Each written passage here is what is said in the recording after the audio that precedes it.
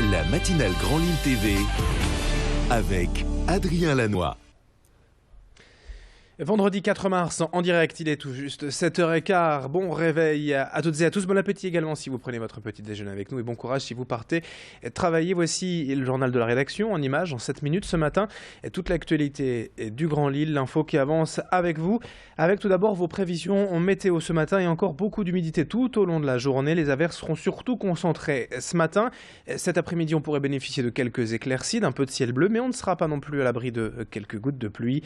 Les températures, elles sont de saison aujourd'hui, avec 7 à 8 degrés pour les maximales.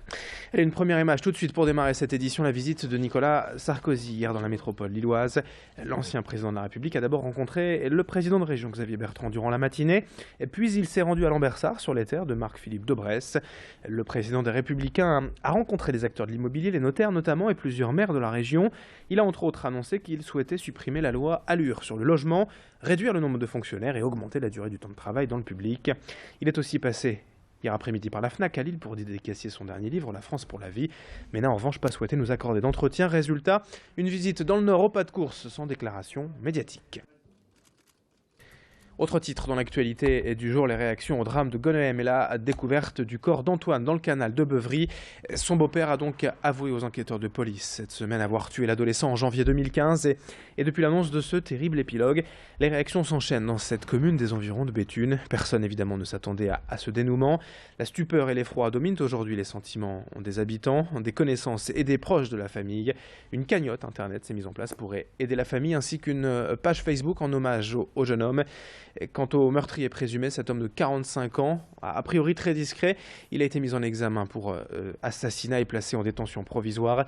Nos journalistes se sont rendus hier sur place à Gonehem et ont rencontré un commerçant des environs. Le lendemain de la disparition d'Antoine, donc le beau-père est venu ici avec la carte de bus d'Antoine et pour demander justement si j'avais pas vu Antoine traîner ou alors avoir quelques indices qui pouvaient permettre d'avancer quoi.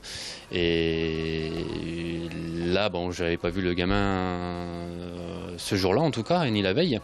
Et ce qui fait le plus mal, voilà, c'est ça, c'est d'avoir vu le beau-père ce jour-là et voilà, me serrer la main, et semblant de rien, et c'est là qui est plus, enfin, qui fait le plus mal, quoi. C'est ça, ouais, surtout. Ouais,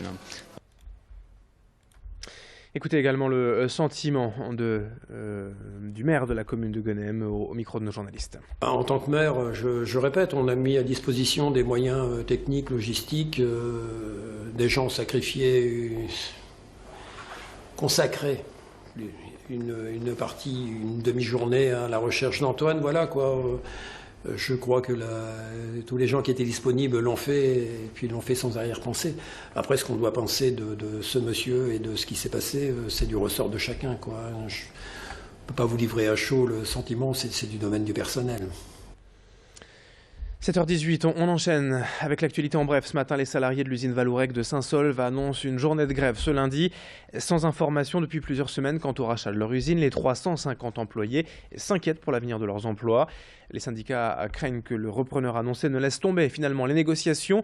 La direction de son côté assure toutefois dans la Voix du Nord que le montage financier un peu complexe est en cours et devrait prendre quelques temps. Autre info rapidement, la réouverture ce week-end de la déchetterie mobile à Wattrelos, c'est demain samedi. Et durant 9 mois jusqu'en novembre, les habitants des environs vont donc de nouveau profiter et bénéficier de cette déchetterie décentrée située boulevard Mendès France. On enchaîne avec toute autre chose. On revient en images sur la reprise des courses mercredi soir à l'hippodrome des Flandres à Marcq-en-Barœul avec une belle soirée, 8 courses premium au programme et en prime un after-work organisé par des étudiants. Une soirée musicale avec DJ électro et plusieurs animations pour combiner deux mondes opposés, les parieurs hippiqués et les jeunes étudiants. Une première réussie pour l'hippodrome que nous présente en détail Louis Caillé. À l'hippodrome de Marcq-en-Barœul, on croise habituellement des jockeys, des chevaux, des turfistes et beaucoup d'amateurs. Début mars, lors d'une soirée de course, un public bien différent s'est mêlé aux habitués. L'association Transipod de l'UFR Infocom de Roubaix organisait un afterwork parallèlement aux courses. Les afterwork attirent souvent les étudiants parce que c'est après les cours que ça dure pas tard et qu'ils peuvent après rentrer tôt. Un challenge pour l'association, celui de faire cohabiter et se mêler deux publics bien différents. On est tous passionnés d'électro. Et puis les courses hippiques, c'est un monde assez à part, c'est un univers très spécial.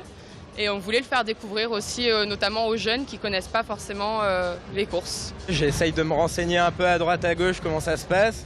J'ai eu quelques retours d'expérience de personnes qui viennent régulièrement et qui m'ont dit il n'y a pas vraiment de secret, il faut y aller. Moi je suis un peu un fan de techno et tout ce genre de musique électronique quoi. Et en même temps fan d'épisme, de PMU quoi. Je vous avoue j'étais très surpris en arrivant en voyant le disc jockey là-haut quoi. Hein, mais pourquoi pas. Ça surprend mais c'est pas choquant. Pour moi, c'est pas désagréable, quoi. Et pour symboliser ce mélange de population, l'hippodrome nous a offert un prix de course pour nous remercier aussi d'organiser un événement comme ça chez eux. C'est juste symbolique pour nous, pour eux. Paris réussi pour l'association. Prochaine édition en 2017 avec toujours autant de motivation. Allez, on termine avec le programme sportif du week-end. Tout d'abord en basket, ce soir en Pro B. Les garçons du LMB accueillent Boulazac à 20h au Palais Saint-Sauveur. En basket toujours, demi-finale de la Coupe de France et match au sommet pour les filles de Villeneuve d'Ascq qui se déplacent à Bourges demain soir à 20h. Et dans le même temps, demain 20h, il y a du football de la Ligue 1 avec à domicile au stade Pierre-Mauroy le LOSC qui accueille Reims pour la 29e journée de championnat. 7h21, tout de suite en direct en ce vendredi 4 mars, les prévisions météo et l'infotrafic à suivre. Très belle journée à tous.